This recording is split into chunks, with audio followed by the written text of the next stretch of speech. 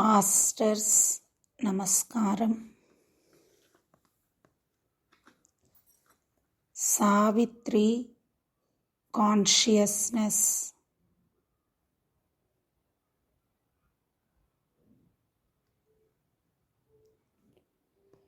Lead me through knowledge to bliss.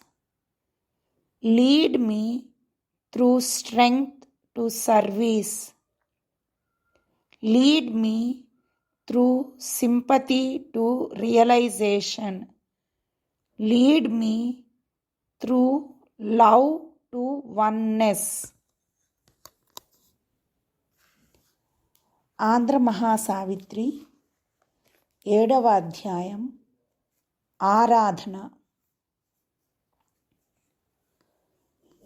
Ashwapati యోగం ఫలించింది. పరమాత్మకు చేరువైనాడు.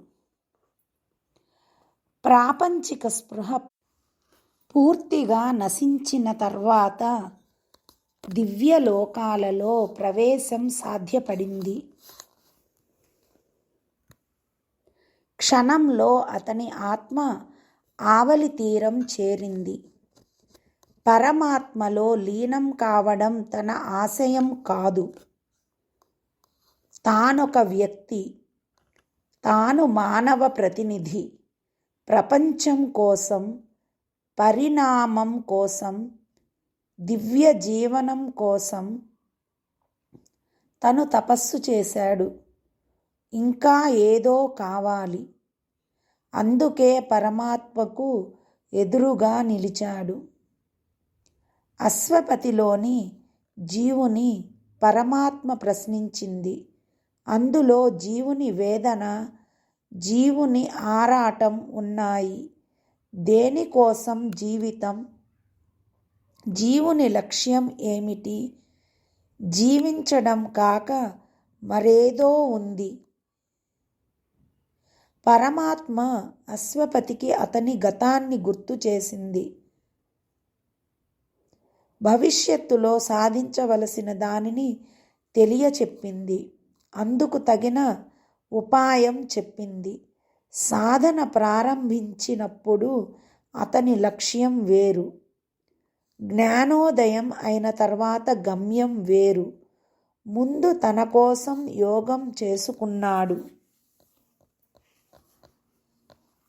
తర్వాత తన కోసం కాదనిపించింది. దశ మారింది, దిశ మారింది, లక్ష్యం మారింది, గమ్యం మారింది. అశ్వపతి నిర్వాణ స్థితిని సులభంగా చేరుకున్నాడు. దివ్యమాత అనుగ్రహం పొందగలిగాడు. జగన్మాత అతనిని తన ఒడిలోకి తీసుకొని లాలించింది. తన శక్తులను అతనికి అనుగ్రహించింది. అయినా అశ్వపతికి తృప్తి లేదు. కొత్త లోకాల తలుపులు తెరిచాడు. పూర్ణత్వం అనుభవించాడు. పరప్రజ్ఞ తనదైంది. అయినా అక్కడ ఆగిపోదలచలేదు. సృష్టి ఆదిని స్పృశించాలి. జగన్మాతకు సర్వసమర్పణ చేసుకున్నాడు. అడగకుండానే జగన్మాత తన శక్తుల్ని అశ్వపతికి అందచేసింది. దివ్య స్పృహతో లోకాన్ని ఉద్ధరించ పూనుకున్నాడు. పరిశుద్ధాత్మ పరిక్రమణలో జీవికి నిగూఢ నిర్గుణ నిస్తబ్దత ఎదురవుతుంది. ఆ నిస్తబ్దతలో ఆత్మ బాహ్య ప్రపంచం నుండి వేరుపడి వివేకాన్ని రహితం చేసుకుని మనస్సు గ్రహించి పెట్టినదంతా అవాస్తవమని, ఇంద్రియాలు ప్రోగు చేసుకున్నదంతా అశాశ్వతమని గ్రహిస్తుంది. ఆధ్యాత్మిక ప్రశాంతిలో, సువిశాల ఆత్మసీమలలో భావనా ప్రపంచం కరిగిపోగా కాలానికి దూరానికి అందని ఈశ్వరీయత మిగులుతుంది. జీవితావసరాలు అనవసరం అనిపిస్తాయి. మనస్సు నుండి ఆలోచనలు నిష్క్రమించగా సుఖ దుఃఖాల నుండి శాశ్వత విముక్తి లభిస్తుంది. అహంకారం నశించిన క్షణంలో అభిమానాలు, ఆత్మీయతలు అంతరించిపోతాయి. ఓ జీవుడా, అప్పుడే స్థిమితపడకు. ఇంకా చాలా వ్యవధి ఉంది. నీవు అనంత ప్రశాంత సీమలకు చేరుకున్నావు. పరమానందదాయకమైన దివ్య అగాధాలలోకి పయనించావు. కానీ నీ లక్ష్యం, నీ శక్తి ఏవి? వాటిని ఎక్కడ వదిలినట్లు? ఆత్మ ప్రపంచం అనేది ఏదో నీలోనే ఉన్నది కదా. నీ లక్ష్యాన్ని దివ్య తీరాలలో కరిగించావా? మృత్యు తీరంలో మరిచావా? ఈ కాంతి గోళాల మధ్య నీ శాంతిని ఎక్కడ భద్రపరిచావు? బాధ్యతల్ని విస్మరించడం వల్ల విజయం సిద్ధించినట్లు కాదు. పరలోకాల నుండి ఈ లోకంలోకి ఏ లక్ష్యంతో వచ్చావో ఆ లక్ష్యం పూర్తి కానే లేదు. కాలం గడిచిపోతున్నది. కారణం, పరమాత్మ అనుగ్రహం నీపైన పూర్తిగా ప్రసరించలేదు. సృష్టి పరిణామ కార్యం సగమే పూర్తయింది. నిరాశ నీలో ప్రవేశించి, నీ కళ్ళ ద్వారా లోపల ప్రవేశించి నీ హృదయాన్ని నలిపివేయడం లేదు. ఏది ఆ ప్రేమమయి అవును అన్న హామీ? నీ హృదయంలో నిగూఢంగా అమృతత్వం ఉంది. సృష్టికర్తకు అదే నీరాజనం, నివేదన. ప్రణవమే సర్వాంగీకార మహామంత్రం. అదే సచ్చిదానందానికి, ప్రశాంతికి మధ్య వారధి. అదే కళ్యాణ సౌందర్యం. నవవధూ మడూలిక. శత్రువుల్ని సైతం కలిపే మైత్రీ బంధం. స్నేహ మందిరం, మందహాసం.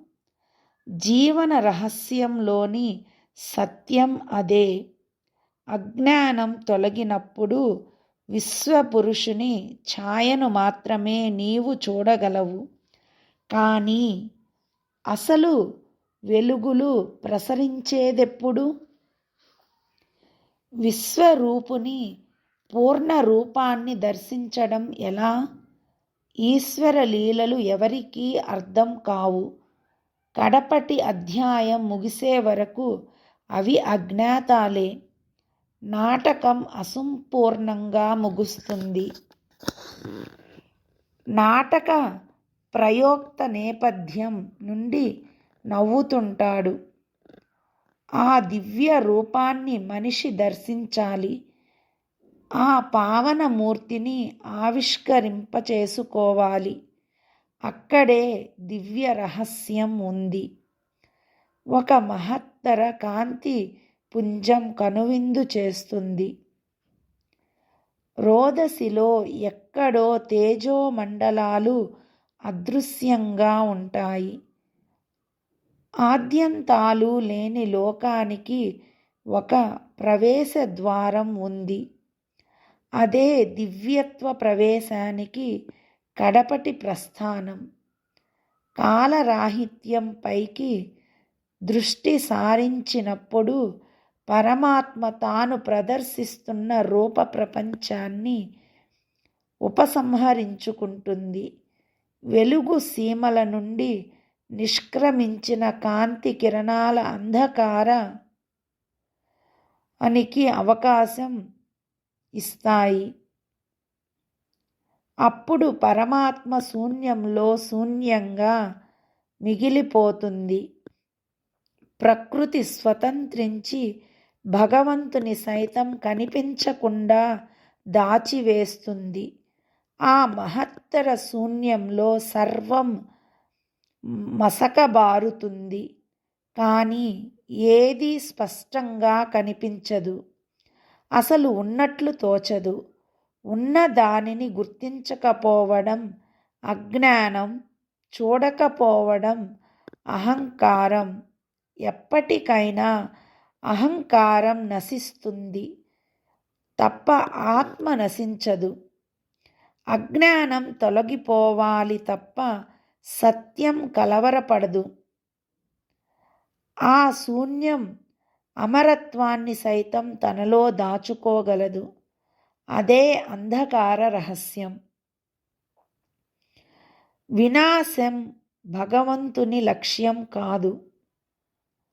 అజ్ఞానం తొలగించుకుని అమరత్వాన్ని వెలికి తీయడం, పరమాత్మను దర్శించడం మనిషికి జీవిత లక్ష్యం కావాలి. అజ్ఞానం తొలగించుకుని అమరత్వాన్ని వెలికి తీయడం, పరమాత్మను దర్శించడం మనిషికి జీవిత లక్ష్యం కావాలి. ఈ విచిత్ర విశ్వానికి లయించడం లక్ష్యం కాదు. జీవుని గమ్యం దేనిలోనో లయించిపోవడం కాకూడదు. నిశ్శబ్దంలో నిర్గుణం మహాశక్తిగా నిద్రాణమై ఉంది. అది జాగృతం కావాలి. అందుకు యోగ శక్తి సహకరిస్తుంది. యోగ నిద్రలో ఉన్న ఆత్మ మేల్కొనాలి. ఒక్క కిరణం చాలు అంతర్జ్యోతిని వెలిగించడానికి. ఆ ఒక్క కిరణ ప్రసారం మొత్తం విశ్వాన్ని దేదీప్యమానం చేస్తుంది. పరాశక్తికి సమతుల్యమైనది ఆత్మశక్తి. ఆ వెలుగు పరమాత్మను రూపుదిద్దగలదు. ఒక అడుగు ముందుకు వేస్తే, ఒక్క మలుపు తిరిగితే ఆత్మ స్వతంత్రించగలదు. భగవదాశయం, ఆత్మలక్ష్యము ఒక్కటే. జీవన తీరం పైన ఆత్మ నగ్నంగా నిలవాలి. అప్పుడు ఆరాటం, అన్వేషణ అన్నీ శూన్యంలో కరిగిపోతాయి. అన్వేషిస్తున్న దివ్యత్వం తనను సమీపిస్తుంది, తనలో సమీకరిస్తుంది. ఆ దివ్యత్వం పరమ ప్రశాంత నిశ్శబ్దాన్ని చీల్చుకుని అతీంద్రియ కేంద్రం నుండి నిరాకారంగా, నిర్గుణంగా, సచ్చిదానందంగా, తేజశరీరంగా రూపుదాల్చి మధుర మంజుల మార్మిక నర్తనంతో బయటకు వస్తుంది. కన్న తల్లి బిడ్డను గుండెకు హత్తుకున్నట్లు ప్రజ్ఞా ప్రాభవాలకు నిలయమైన ఆ ప్రేమమయి ప్రకృతిని, ప్రపంచాన్ని, ఆత్మను తన అక్కున చేర్చుకుంటుంది. తన హృదయంలో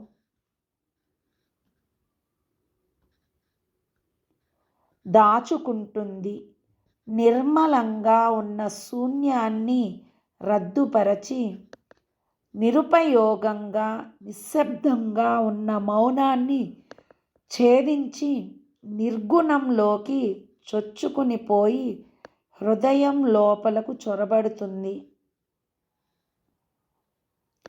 అప్పుడొక సుందర తేజస్సు ప్రభవిస్తుంది. ఆ తేజస్సు ఓజస్సుగా మారి అమృత కిరణమై జీవునిలోని చిరకాల తపస్సును రగిల్చి హృదయానికి బంగారు బాటలు పరుస్తుంది. ఆ సౌందర్య లహరి సృష్టి చట్రంలో బందీ అయిన అహంకారాన్ని పారద్రోలుతుంది. హృదయం దివ్య పూర్ణమైనప్పుడు కలిగే స్పందన ప్రపంచం నలుదిశలా వ్యాపిస్తుంది. అది మనస్సును ఆనంద నిలయంగా మార్చి బాధలు, ఆనందాలను సమంగా భరించగల ప్రేమను ప్రసాదిస్తుంది. బాధల్ని ఆనందంగా మార్చగలది ప్రేమ. అది ప్రపంచ విషాదాన్ని సైతం నిర్మూలిస్తుంది. భగవదనుగ్రహం ఏ కొంచెం లభించినా ప్రపంచ భారాన్ని ఆనందంగా భరించవచ్చు. బ్రహ్మానంద స్థితి జీవితంలో నిగూఢంగా ఏర్పడిన నిరాడంబర సుఖాన్ని ప్రసాదిస్తుంది. మనిషిని ఉన్నత పదాలలో పయనింపచేస్తుంది. నిత్య నైమిత్తికాలు కొత్త విలువల్ని సంతరించుకుంటాయి. మనిషి అభిమానంతో పూజించే దేవతల వెనుక ఉన్నది పరబ్రహ్మతత్వమే. జగన్మాత శక్తి విశ్వమంతటా సమంగా వ్యాపించి ఉంది. కావలసిందే ఆ దివ్య పారవస్యంలో సదా జీవించగలిగే వరం పొందాలి. ఆమె కడగంటి చూపు మనిషి వేదనల్ని ఆనందాలుగా మార్చగలదు. ఆమె కారణంగానే మన ఆత్మలు పునీతం కావడం జరుగుతుంది. పరిణామం ఆమెకే పరిమితం. మానవ జీవితాలు ఆమె పూర్ణానుగ్రహానికి లోను కావాలి. పైలోకాలలోని నిరవధిక ఆనందమే ఈ లోకంలో దివ్య స్పర్శ వల్ల కలిగే పారవస్యం. భవదనుగ్రహం ఒక్క క్షణంలో మెరుపులా కుదిపేస్తుంది. ఆపాద మస్తకం ఆ క్షణంలో ఆనంద పారవస్యంతో నిండిపోతుంది. ఇంద్రియాలు ఉక్కిరి బిక్కిరి అవుతాయి. అలాంటి స్థితిలో అశ్వపతి ఆత్మ జగన్మాత కారుణ్యంతో కలవరపడ్డది. ఆ జగన్మాత దివ్య సుందర రూపం మరల మరల దర్శించాలని హృదయం ఆరాటపడుతుంది. ఆ అనుభవాన్ని మనస్సు మళ్ళీ మళ్ళీ వాంఛిస్తుంది. ఆ తృష్ణ చల్లారదు, తనివి తీరదు. ఆమె దర్శనంతో అన్ని కోర్కెలు నశించి ఆమె దర్శనం చాలునన్న తృప్తి మిగులుతుంది. అశ్వపతి ఆ విధంగా ఏకోన్ముఖుడై ఏకైక లక్ష్య సాధనకు ఉపక్రమించాడు. అతనికి అనంతంలో ఒక వెలుగు కిరణం కనిపించింది. ఒక నాదం వినిపించింది. ఒక్క క్షణంలో జన్మ జన్మల తపస్సు ఫలోన్ముఖమైంది. శూన్యంలో లోకాలు దర్శనమిచ్చాయి. వేల సంవత్సరాల అనుభవ జ్ఞానం క్షణంలో అనుభూతమైంది. తాను చేయవలసిన పని రంగం సిద్ధం చేయడమే. స్వల్ప ఆరంభమే మహత్తర ఫలితానికి ఆధారం. దివ్యమాత ఆనందం మనలో రూపుదిద్దుకోవడానికి, మన జీవన మందిరంలో ఆమె సౌందర్యం, ఔన్నత్యం కొలువు తీరడానికి మనలో పునర్నిర్మాణం జరగాలి. అప్పుడు ఆత్మ విశాలమవుతుంది. లభించిన దానితో తృప్తి కలగదు. అశ్వపతి ఆ దివ్యమాత అనుగ్రహం, ఆనందం, తేజస్సు సమస్త మానవ జాతికి ఉండాలని కాంక్షించాడు. అజ్ఞానం, మృత్యువు అనే తెరల్ని తొలగించడం సాధ్యం కాదు. మానవ ప్రయత్నం, మానవ శక్తి ఆ పని చేయలేదు. మనిషి సామర్థ్యం పసివారి పట్టుదల వంటిది. చాచిన చేతులకు అందనంత ఎత్తు స్వర్గం. ఆలోచనల వల్ల, ఆవేదనల వల్ల దివ్యత్వం దిగిరాదు. తేజస్సు అందదు. మనస్సు ప్రశాంతం కావాలి. శరీరం ఇంద్రియాతీత స్థితికి చేరాలి. హృదయం నిర్మల కాసారం కావాలి. అప్పుడైనా దివ్యత్వం అవ్యక్త రాగాలనే వినిపిస్తుంది. అంతా అవ్యక్తంగానే తోస్తుంది.